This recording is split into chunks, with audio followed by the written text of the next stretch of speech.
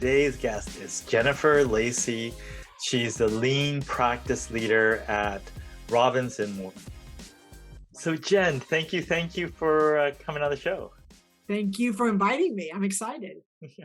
So I like to look at people's profiles before getting on the show, and I see it. One of your titles is kindness dealer. Yes. Explain that to me. Well, I will. So I have realized in this industry that I work in, and even in our world that we're in, that you can tell by being around people pretty quickly kind of where they are when it comes to understanding the importance of kindness, the importance of respect, the importance of like humanity. And then you can also tell when, it's maybe not so important. And I've realized that because I hold that very high in things that are important to me and priority, it's a priority of mine that I draw in and other like-minded people.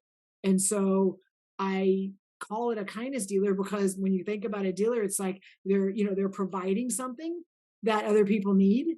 And but also I realize it's reciprocal. And so as those people have come into my space and I've been able to connect with them and share not only my journey, but then they're sharing theirs, the ripples keep going. And so I want to make sure people know that, hey, I'm one of those people, come find me. Yeah, no, it's very good. It's certainly working. So, Well, um, good. and I mean, looking at your roles, you have this marketing background, and then I think lean is a big part of what you do. How do those kind of work together? So the way, I guess the evolution. So I work for Robins Morton. We are a national general contractor. About 90% of what we do is healthcare. So that's where I've been for 20 years with them, kind of multiple roles. And marketing kind of was one that was easy for me because business development and marketing go together, communications, and those are things that I enjoy. And it's not I'm not too uncomfortable in those scenarios. And so sometimes when you're not, people grab you and take you into those spaces. And so that was my role for most of my career. And then about 8 years ago, Robins Morton kind of started our Building Forward approach or initiative. And that's really focused on marrying I guess, balancing caring about people and lean practices, because some companies get so caught up on the lean practices and policies and tools that we forget about the people part. And so it's kind of our company-wide initiative that balances the two. And that was about 8 years ago. And once they started having conversations like that, I got invited to an onboarding at one of our projects. And I sat through them talking about collaboration and continuous improvement. And I'm like, what is all this stuff? Like, this is awesome. And so started asking questions, started visiting more job sites, and really hanging around a lot of thought leaders that were kind of leading the way. And I'm like, I don't know what this is, but I need to learn everything about it. And this is what I want to do. And so Robins Morton kind of let me have do my job, but also kind of learn that. And for about 3 or 4 years, that's what I did. I just tried to learn everything I could and get in spaces with other people that were just changing the world. And for a little over 4 years ago, Robins Morton created a position that would be able to lead that within our firm. And that's what I've been doing. Wow. Okay. Well, walk me through the 3 years, because you probably sparked some people's curiosity. What Who were you learning for? What was your process? Because you essentially went from a place where you didn't know anything, where now you're mentoring people. So Yes. So it started internally 100%. So as we kicked off Building Forward within Robins Morton, we got about 35, 40 people within the firm that were people that were high performance, or they were people that were trying new things. They were innovative. They were willing to do some things outside the box. They have had experience with IPD contracts, been, implementing lean tools and processes. So people that kind of had different ideas got a group together, and they started, just kind of brainstorming, what could this look like? What could it be within our firm? And then I got pulled in to that group, and literally, like, superintendents, project managers, project directors, field engineers, project engineers. I mean, it was across the board. There wasn't a position in that room that didn't get brought in for a different reason. And so I just started picking brains, and mainly I'm going to say I started with superintendents, because one, they're leading work in our firm. That, I mean, they're the manager in charge on the site, so leading work. So I just started going to job sites and really following them around, asking them questions. Why this? What, what were we doing, and now what are we doing here? And what did you see? Where was the value? And what did that eliminate? And just started picking their brains. At first, they were like, "What is going on?" But then again, they realized it was real, and I really wanted to understand it because I could see how things were connected. And usually, superintendents are just on one project. And so by me looking and going to all these other places and asking questions, now I was able to start seeing how things were fitting together and how this project's doing this, but this one's doing this. But hey, have y'all even had a conversation? And so it allowed a lot of cross collaboration that maybe wasn't happening early on. And so it started 100% internally with our project leaders, and just really, getting them to tell me. One thing Adam Hoot says a lot is, when you're going around and you're on site and you really want to build connections with people, go up to them and go, teach me something. Because all of a sudden, you're not the person that has all the answers, and you're not the one that, is there to check a box, or you're not there to say somebody's passing or failing.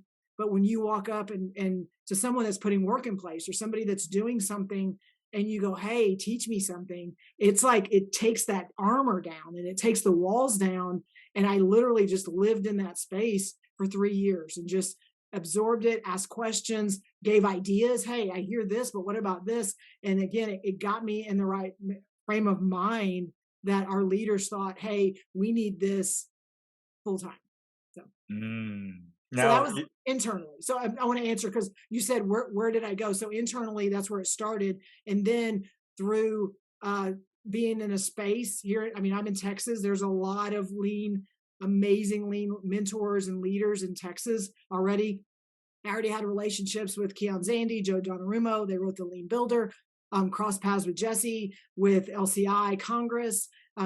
Just kind of started crossing paths with people that I was like, oh, I need to know them. I want to be in their space. Felipe as another one. Jason Schroeder, Adam Hoots. I mean, just started being in places where they were there. And I was like, oh, okay. So then I started, again, asking questions, and that helped me start looking at what else was happening and then what I could bring into Robins and Morton. But also it validated a lot of the things we were doing. And it helped me see that we were not in the back of something. We were leading a lot within our firm. And at that point, it let me know, here's how we're going to continue to lead, but also here's some opportunities for us to make sure that we don't miss anything. mm, you mentioned earlier, because lean can be taken too far, right? Where the Yes. people aren't. So, what are the things that you sort of talk about in terms of creating that balance? Can you describe for someone that maybe doesn't quite understand how those two things can work together and how it play out in a practical sense? 100%. So I have a visual that I use. And so I'm going to walk you through the visual. And this is what I use for all of our onboardings, all of our alignments, internally and externally, with our projects, with our clients and things like that. So it's a visual. So you think about an iceberg. Okay. And if you see the water line, and above the iceberg is what you see. And so when you walk on site or you go somewhere, what you're going to see is the work. You're going to see the safety thing. You're going to see materials. You're going to see, the things that are visible, and that's above the water line. But that's the stuff the client sees. That's the stuff that pays your bills. That's the stuff that it matters a lot. And I think sometimes we get so caught up on what's above the water line, and that getting across the finish line, making sure you're hitting your deadlines, those kind of things, because that pays the bills. We forget what's below the water line. And so what's below the water line are all of the intangibles, sometimes the emotional intelligence, the soft skills, a lot of those things, relationships. How are we continuously improving? How are we collaborating with each other to make sure that we are, we're not duplicating efforts, we're not creating more waste? How are we developing our next level leadership? How are we creating a culture of learning? Like, all of those things is below the water line, because those are all things that are happening. And we don't realize that if you look at every one of the components that happen below the waterline, it's all about the people part. And when you look at it as a whole, below the waterline, all those things that have to do with people, if that part of the iceberg goes away, what happens to the work? it goes straight to the bottom of the ocean. And so we have to make sure that we understand that, yes, that's important. And we can never lose sight of that, to make sure that we always have the goal. We always know where we need to be, but we always need to remember that the people produce the outcomes. And if we only focus on the outcomes, then we're losing so much by not focusing on the people that are doing the work. Mm, that's very nice.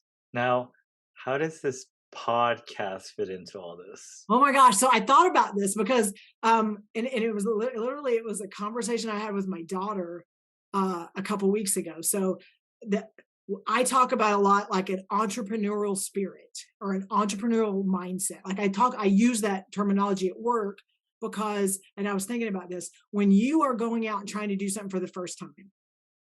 Okay. And for me, lean is one of those things because it's a lot of times it's a change. It's a mindset. You have to change the way you think.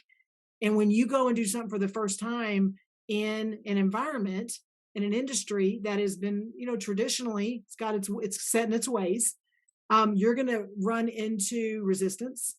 You're going to run into retaliation. You're going to run into a lot of people that will maybe, push back and poke holes and throw rocks at things. And then you're in a position where you have to make a decision. And it's very close to somebody who's an entrepreneur or somebody that's trying to go out and do something for the first time. They're putting themselves at risk. And that's what entrepreneurs do. It's the same thing when you are going out in the job site and in your space and trying to implement lean, because people they're going to make fun of you. They're going to tell you it doesn't make sense. Hey, we've always done it this way. And so you have to go, I know, and I'm still going to do it anyway because I know we're going to get better from it. Or you're going to go, it's not worth it. And so the risk part for me is the parallel between, going after and creating a business, or going after and trying to implement something new that it's going to run into some roadblocks. It's going to run into some things that everyone's not going to go, let's clear the way because this is the new magical way of doing it. People aren't going to do that. They're going to go, this doesn't make sense. Why are we doing this? We already had success. Why are you trying to change things? You're going to run into all those things. And if you believe in it and you see where you're trying to go, and you are persistent and you're also patient, and when you get there, you're going to look back and go, oh my gosh, look how far we've come. Wonderful. I love how you drew those two things together. So is the podcast part of implementing change in what you're doing, like in affecting that in a broader way? The stuff Jesse and I do. Yeah.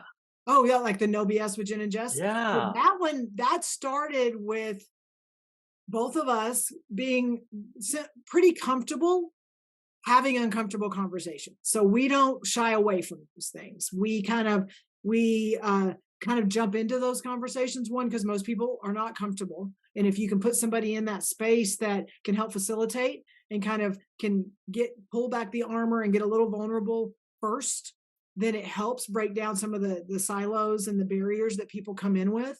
And so we realized, okay, we both do that. And so not only could we together have some conversations that would open some eyes and people would go, oh, it's safe, it's okay. But then we get to pick topics that people don't like to talk about. So it's marrying people that, okay, let's just try it and see, with also topics that normally people shy away from: conflict, transparency, vulnerability, things at the workspace, things at home, just even talking about like your people that influence you, the people, things that, goals that you have, just all different things that we kind of talk about it in this hypothetical place. But when we dig down into like at your core, what matters to you? What are you thankful for? What are you grateful for? What do you appreciate? What are those things that like make you, just rattle your brains? And so we dig into things like that. But the topics we choose usually come from our listeners. And it's usually we'll listen and see where people are struggling, areas where they're not sure what to do, or they're running into things and not understanding them and going like, I don't understand this, or I don't know what to do. We'll go, well, let's just dive right in and let's have the conversation and see because we know there's other people out there that are dealing with the exact same things. And the more that he and I can show up and talk about those things, and then other people see this space that, hey, it's okay to like be human and be able to show up and not have to have this armor on and protect myself all the time. I'm going to allow, one, I'm going to allow myself to reflect. I'm going to allow myself to think through some things, but also it's making people show up differently. And that's the messages back have been, after listening to this, realizing I'm not by myself, realizing that I I can show up differently and get different outcomes. That's been like the magical part of it. Wow. What were some of the specific moments where you thought, wow, this is making a difference or this is working? Oh my gosh, I don't okay, let me think of a specific one because I know like there's so many people that reach out. I mean, there was okay, you know what? There was one today.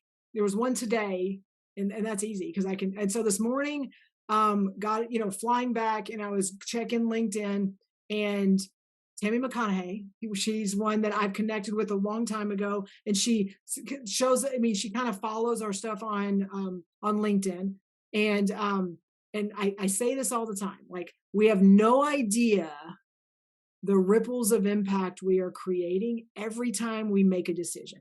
Every time, whether it's the conversation Jesse and I are having, or a LinkedIn post that I decide to share, or I mean, just a conversation that I reach out and hey, I'm just checking on you to see how you're doing today, making sure everything's okay. We have no idea what those moments do. And not only in that person, but then any other person that they touch. So this morning I saw a post that Tammy wrote. She just launched a book on Amazon about of being grateful and showing appreciation, and that's amazing because that's the stuff that I think we don't do enough of. And so in her post, she wrote like I didn't know if I wanted to share this with the world. I didn't know. I didn't want to tell everybody and seem like a salesperson that, hey, come look and buy my book. She goes, but I read a post earlier this week that Jennifer wrote about showing appreciation and about how we struggle with that and how we have a hard time sometimes articulating how we're thankful for things, or even if when people thank us, receiving it. She goes, and so I read that and realized like people need this book and I need to celebrate it. I mean, like I didn't do that intentionally. I did it because of where I was in my world. But that little thing, that little nugget did something that now caused her to take a jump and do something that maybe she was a little bit hesitant, maybe a little bit scared to do.